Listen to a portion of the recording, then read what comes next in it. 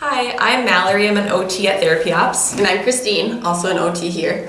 And we are here to talk to you today about some sensory activities that you can do inside when it's so cold during the winter, or if you're stuck at home quarantining and you're thinking, what can I do all day? Here are some activities that can be regulating for you and your child.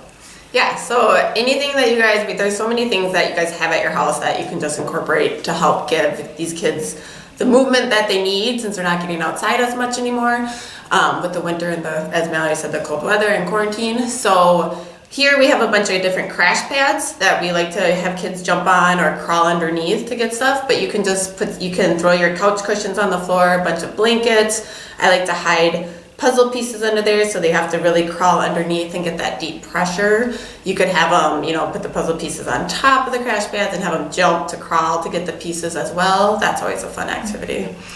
We also make a lot of obstacle courses, and you can make these in your home. So try to think of creative things that you could use in your obstacle course. A lot of times in your home you can use crawling under a chair, over a chair, couch cushions again, making circles and hopping in them, or jumping, crawling, all these things that you can maybe use like in your living room or your bedroom, or clear an empty space and create an obstacle course. Yeah, and then also one of our favorite is a bubble jug. We use these bubble jugs a lot because they're amazing. They're fun for kids, but then it also helps promote that deep breathing. So they're really good like calming tools when they're overly excited, or when kids are feeling maybe frustrated. Like I was telling, I use this a lot during distant learning with my daughter and son when they were frustrated. So you just take a big water, put a little bit of dish soap, and blow. And then the kids, can you see it? And then the kids like to see how high they can go in, and then you can pop the bubbles as, they get higher and higher. Yeah. We also do a lot of like tactile play, so play with our skin. So we might do a bin such as like this is kind of a rock bin. Has some really small rocks in it. We can do rice bins, bead bins, orbs, which are kind of like water balls, cotton ball bin. So any kind of tactile play can really be calming for our kids and really regulating, and can keep their attention. So. Animal walks is another good one, pretending to be different animals, crawling like a bear, hopping like a frog, crab walks, slithering like a snake. Those are kind of our go-to ones here, but you can set it up too in the hallway where you're like playing a game. So like, okay, slither like a snake to go get some pieces, and then slither back, and then you can take a turn on the game and keep repeating. So a lot of the time when you have like that game or puzzle, that end task, it just helps keep those kids focused with the activity as well.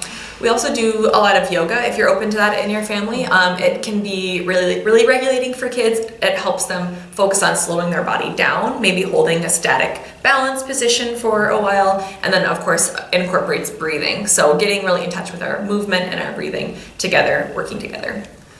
Yeah, and blankets. You can do lots with blankets. As I mentioned before, throwing them on the floor, crawling on them, crawling under them. Also, you could do some blanket rides down the hallway if you can. Have them sit on it and you do the pulling, or if they're really strong, they can pull you down the hallway.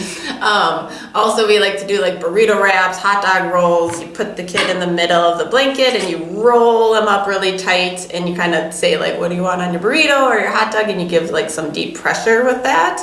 And then you can roll them out of it, so then they get that movement piece too. That's really a fun one for kids too. Yeah, and think about in your home creating like a calming corner or a calming space. So that could look like a little tent, or it could look like a little blanket fort, somewhere where there's less visual stimuli, maybe less going on, and that can be your child's kind of safe space to use appropriately to kind of regulate their body and bring them back down. Yeah, because when we're all quarantining at home, sometimes we need some space to ourselves a little bit more, so it can kind of set up that quiet time for them too.